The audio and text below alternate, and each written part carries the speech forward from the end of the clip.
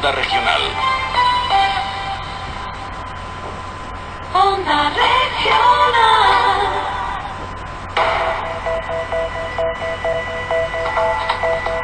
En Onda Regional, turno de noche, con Rebeca Escribano. Seguimos en la radio pública, en Onda Regional, en turno de noche. Ahora tenemos previsto reflexionar sobre otro tipo de asuntos. Vamos a hacerles pensar sobre la influencia que pueda tener la ideología en nuestras acciones. No sé si esto se lo han planteado alguna vez. Sobre todo, qué tiene de lógico o de ilógico. Parece ser que más de lo segundo. Este tema vamos a tratarlo ahora con Alberto Farías. Es profesor de la Universidad de Mar del Plata, en Argentina, que está de visita en Murcia. Está presentando su libro El hombre de un solo libro, creo, luego existo. De este asunto, de esa creencia, vamos a ir analizando en los próximos minutos sobre el papel que tiene, ya no solo en decisiones políticas, sino en otro tipo de cuestiones. Por ejemplo, en si nos vacunamos o no nos vacunamos del coronavirus y otra serie de temas que tenemos previsto tratar con este invitado.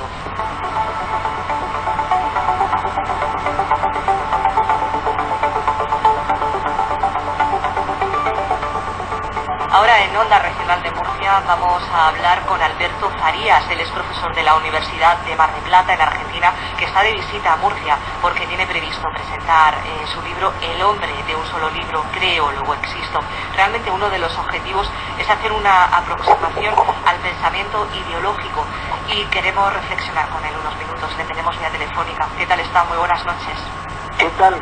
Gracias por llamar. Gracias a usted por atendernos. La primera cuestión es ¿cómo ha recibido la ciudad de Murcia? No sé si era la primera vez que estaba de visita en esta ciudad. No, que va. Prácticamente yo me considero como mi segundo hogar aquí en Murcia, porque hace muchos años que ya vengo de visita y bueno, como profesor invitado prácticamente 2 veces por año y trabajamos junto con la Universidad de Murcia, así que me considero ya un murciano, digamos, adoptivo. Bueno, pues entonces no le pilla de nuevas, ¿no?, la relación con la institución. Precisamente queríamos reflexionar sobre ese libro que presenta, porque en un momento como en el que estamos sí que entran en cuestión determinados debates, ¿no?, relativos, por ejemplo, al pensamiento. Hoy en día, ¿hasta qué punto tenemos que estar formados para tener una visión crítica de lo que sucede a nuestro alrededor? Bueno, yo le comento al oyente, en realidad mi trabajo cotidiano tiene que ver con la psicología social y con la psicología de la personalidad. Yo soy profesor de psicología de la personalidad, que es un capítulo de la psicología en general, y siempre me ha interesado mucho el tema de la interpretación de las personas que hacemos de la realidad que vivimos. Debo confesar que este libro, que tiene en principio un contenido fuertemente académico, por eso me hace ilusión discutirlo con mis colegas en principio en el ámbito de la universidad, surge un poco por el tema de la pandemia. ¿Por qué? Porque durante todo este tiempo, bueno, sobre todo el año pasado, el año 2020, una de las cosas que uno se ha observado, además de toda la situación obviamente pandémica y de sanidad, es el tema del miedo que ha surgido, que en muchos casos iba mucho más allá de lo razonable, es decir, aparecía como una cuestión apocalíptica en muchos casos, y luego, bueno, todas las interpretaciones que se hacían, de las más razonables y sensatas hasta las más irrazonables, las más insensatas, ¿no?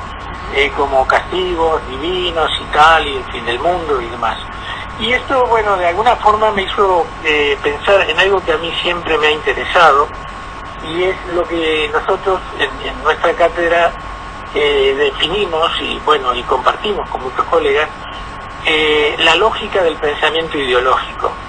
Es decir, a veces se entiende que todo es ideología, y no es así.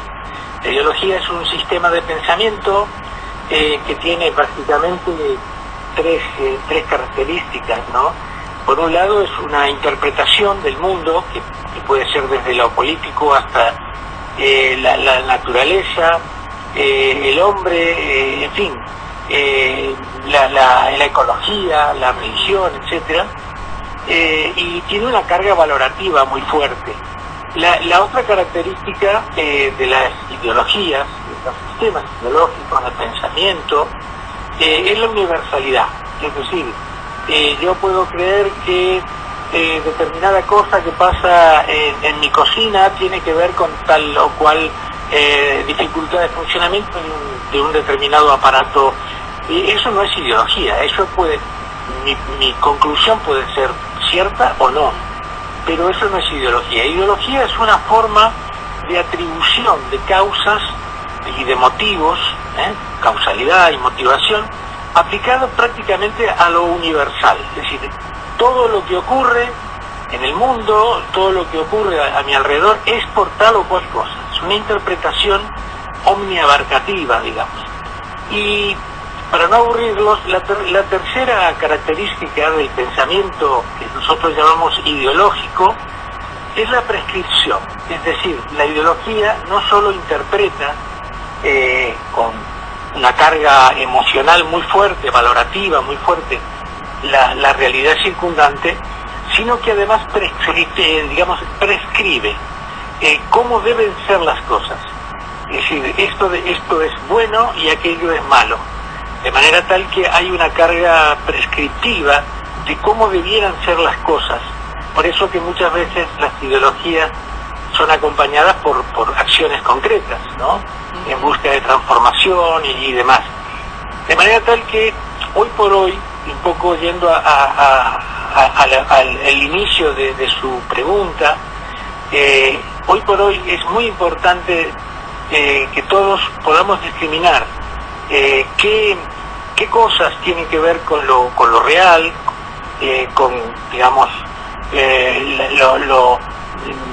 los riesgos que pueden haber en determinadas situaciones, como puede ser la pandemia, la COVID, etcétera, y qué cosas tienen que ver con nuestra propia imaginación, que nos puede llevar a errores, ¿no? Es decir, desde el negacionismo hasta actitudes autoritarias, discriminadoras, etcétera. Un poco sería eso para mí.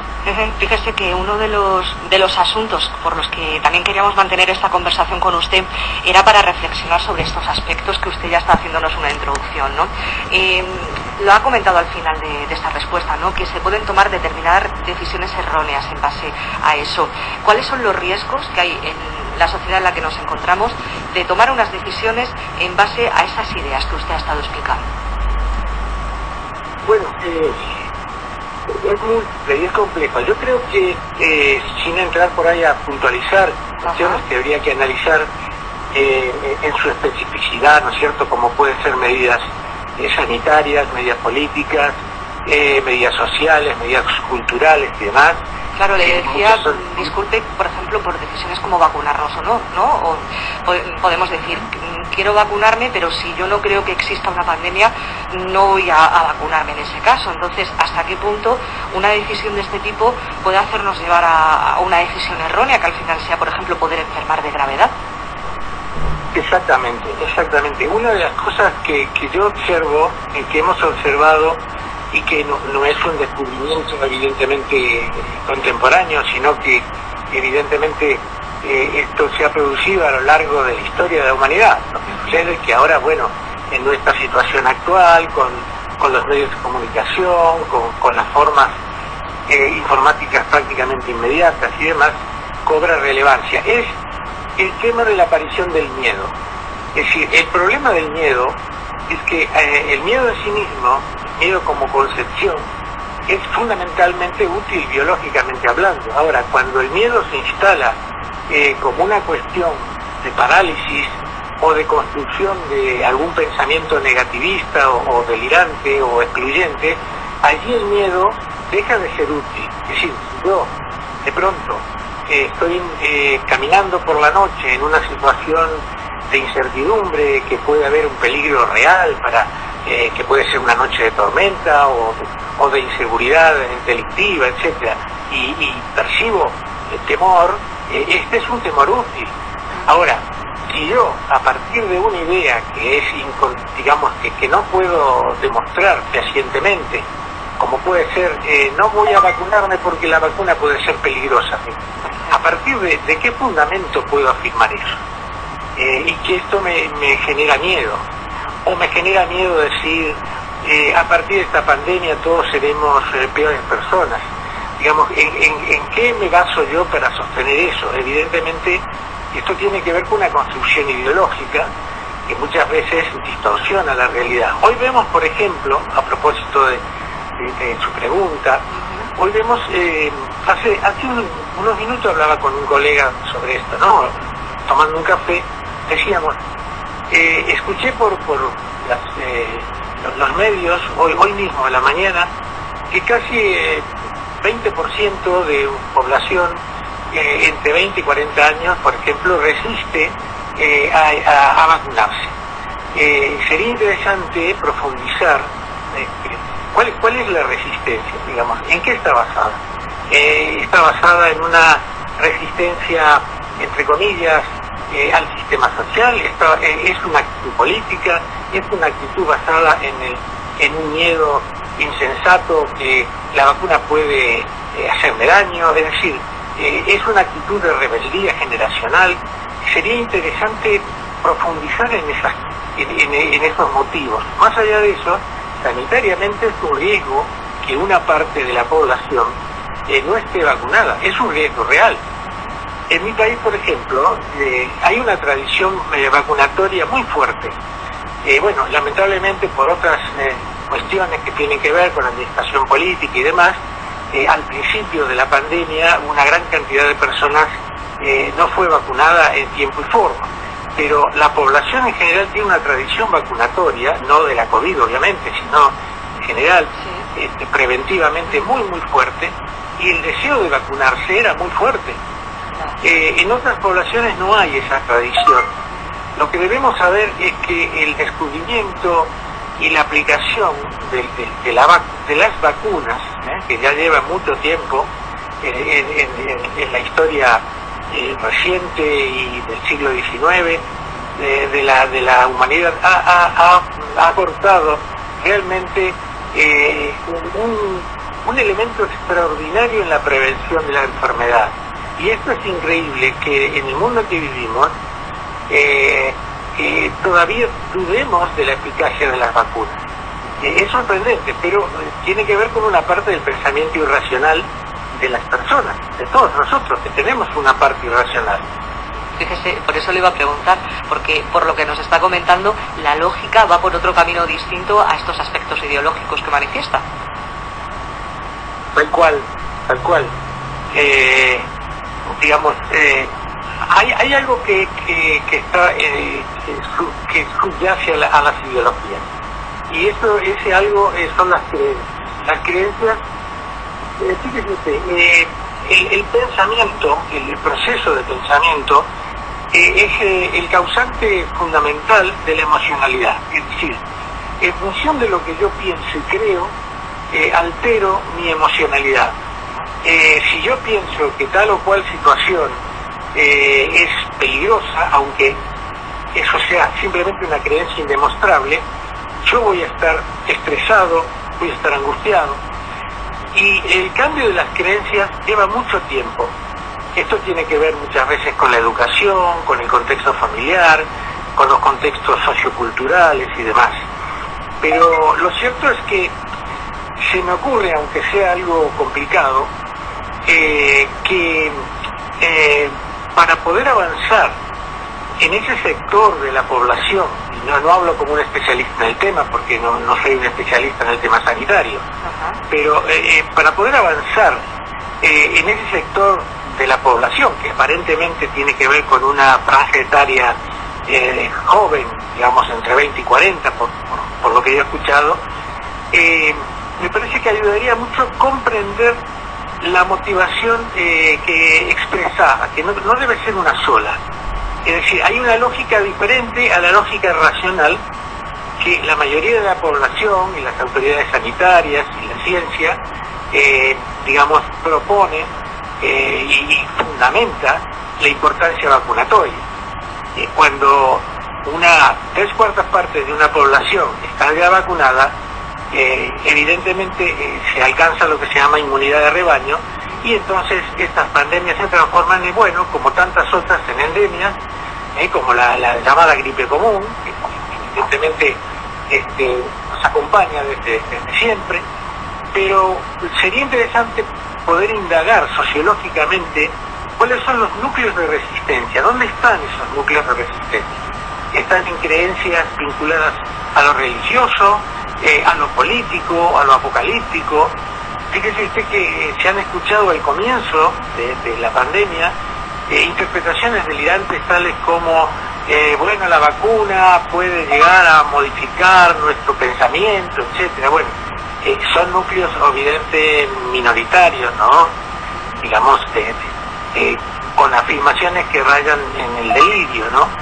Pero creo que el negacionismo es un fenómeno sociológico que hay que estudiar en profundidad, porque va a servir para poder transmitir preventivamente y poder prescribir y convencer a ese sector de la población que es muy importante vacunarse, es muy importante, porque la prevención en este punto es fundamental, no solamente por una cuestión digamos extrema, sino también para evitar la posibilidad de pasar malos momentos y de letalidad en general. Fíjese que escuchándole, que nos ha ido comentando, lo ideal sería saber la raíz de esta situación, es decir, si viene por una carga política, familiar, religiosa, mencionaba. Lo que sí tiene en común todo eso es que hay un nexo de grupo, es decir, esas opiniones parece que se refuerzan con las opiniones de otros que piensan igual. Sí, por supuesto. Es que aquí usted está tocando un tema fundamental, que es el pensamiento de grupo. Desde luego, es decir, aquí hay un fenómeno que la psicología social conoce hace mucho tiempo, y es que a veces son temas fascinantes, ¿no? Pero obviamente por un tema de tiempo radial claro, no lo vamos a agotar. Pero digo, hay una ilusión que se conoce como ilusión grupal, y es que si yo pienso algo, salvo que, bueno, absolutamente mi personalidad esté sostenida en una autoconvicción, digamos, egocéntrica y narcisismo absoluta, pero si yo pienso algo determinado y comienzo a dudar si esto será así o no será así, y simplemente si yo confirmo que hay más personas, pongamos 2, 3, 4, 5, y que piensan parecido, esto tiene para mí un valor de veracidad, de certificar que entonces, si muchos piensan como yo, eso que pienso es verdadero. Esto desde luego no es cierto. Muchísimas personas pueden pensar algo de determinada circunstancia y ser absolutamente falso. Eso la historia lo ha demostrado en más de una oportunidad. Es decir, el pensamiento de muchos, el pensamiento similar de muchas personas, no es necesariamente un pensamiento verdadero. De manera tal que, como usted bien dice, cuando esto se replica grupalmente, refuerza entre comillas, la certeza de que mi pensamiento es verdadero y que está bien, entonces, por ejemplo, ser negacionista o no querer vacunarse. Quería plantearle otra cuestión, y es que va al hilo de que ha mencionado que la historia ha demostrado que el pensamiento de muchos no tiene por qué ser verdadero, ¿no? Desgraciadamente es así, pero parece que no aprendemos los humanos, es decir, vuelven ahora a lo mejor pensamientos que pueden tener tintes muy duros, ¿no? Y aún así parte de la ciudadanía también los puede asumir. Entonces, al final el mecanismo no ha cambiado tanto, es decir, como animales racionales no hemos cambiado tanto. No, claro que no. Ya usted toca un tema que es realmente interesante, ¿no? Que es el tema de si hay o no, vamos a decirlo así, un progreso evolutivo en la racionalidad humana. Esto nos llevaría a pensar en una cuestión que tiene que ver con definir qué es el progreso en realidad. Por supuesto que desde el punto de vista del dominio de la naturaleza, de la complejidad y demás, por supuesto que sí. Ahora, hay cuestiones que son elementales, que tienen que ver con el funcionamiento del cerebro humano, que tiene que ver con la lógica de la interpretación de los estímulos, que sigue respondiendo a principios que son obviamente biológicos. Y además no olvidemos que hay un acerto de un colega, de un médico, que siempre me ha parecido interesante, ¿no? Se suele decir el hombre es un animal racional. En realidad el hombre es un ser emocional que se esfuerza enormemente, a veces con mucho éxito, en razonar, en tener actitudes racionales. Pero no olvidemos que el comportamiento humano tiene básicamente un componente emocional que acompaña absolutamente, digamos, todo comportamiento. Es imposible entender una actitud, un comportamiento, sin incluir lo emocional. Y lo emocional, que bueno, como yo digo a veces, por suerte somos seres emocionales, si no seríamos máquinas frías, pero lo emocional a veces nos juega la trampa de distorsionar lo que podríamos llamar actitudes lógicas. Las personas por lo general tienden a no actuar lógicamente con una lógica racional, tienden a actuar con una lógica emocional. Si no fuera así no nos enamoraríamos, no tendríamos pasión. Y esto es la parte positiva. Ahora, la parte negativa son las creencias que a veces nos hacen perder mucho tiempo y a veces nos cuesta la vida. Fíjese que llegado a este punto ya quería preguntarle por la política. La emoción y la política van de la mano en muchas ocasiones. ¿Hasta qué punto podemos ser más o menos racionales en este campo? Bueno, me lleva usted a terrenos tan sencillos. No, mire, aquí aparece otro concepto, estamos recorriendo varios, ¿no? Sí. Que es la tribalidad. Ajá. El hombre finalmente estoy hablando en términos metafóricos, ¿no? Antropológicos. Sí, sí. El hombre es un ser tribal, es decir, la presencia, no hace tanto este gran referente literario, Vargas Llosa, escribió un libro que es justamente El llamado de la tribu, ¿no? El hombre es un ser tribal, en el sentido de que estamos siempre pensándonos en la endogamia, nosotros y ellos, ¿no? La tribalidad que se ve claramente, por ejemplo, en el fútbol, ¿no? El fútbol. Es que le iba a hacer la asociación con el fútbol también. No sé qué diferencias hay entre unas pasiones y otras. Bueno, yo creo que no hay mucha diferencia entre el fútbol y las pasiones políticas, ¿no? Digamos, es el tema de las camisetas. No estoy hablando del tema específico del poder, de los intereses del poder. El poder es todo un tema para reflexionar.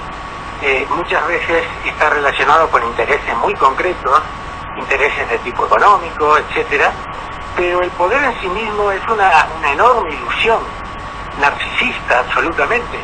Nadie tiene, salvo que sea un poder fáctico, ¿no? Si yo estoy presionando a una persona, apuntándole con un arma, ese es un poder fáctico, esa es otra cosa. Estamos hablando del poder, por ejemplo, en la política, el poder en los grupos, el poder en el liderazgo. El poder es una ilusión otorgada por aquellos que lo sostienen. Si de pronto dejamos de sostener a esa persona que ostenta el poder desaparece. Esto lo han estudiado profundamente grandes sociólogos del siglo XIX, ¿no? Max Weber, entre otros. Es decir, que cuando hablamos de las pasiones, de la irracionalidad y demás, estamos hablando de la tribalidad. La mayor parte de los ciudadanos, bueno, esto va a ser polémico lo que voy a decir, y quizá mucha gente no esté de acuerdo, se enoje conmigo, pero creo que la mayor parte de los ciudadanos, cuando nos acercamos a un determinado partido político o organización y demás, no lo hacemos por motivos necesariamente racionales, lo hacemos por motivos fuertemente emocionales y por creencias.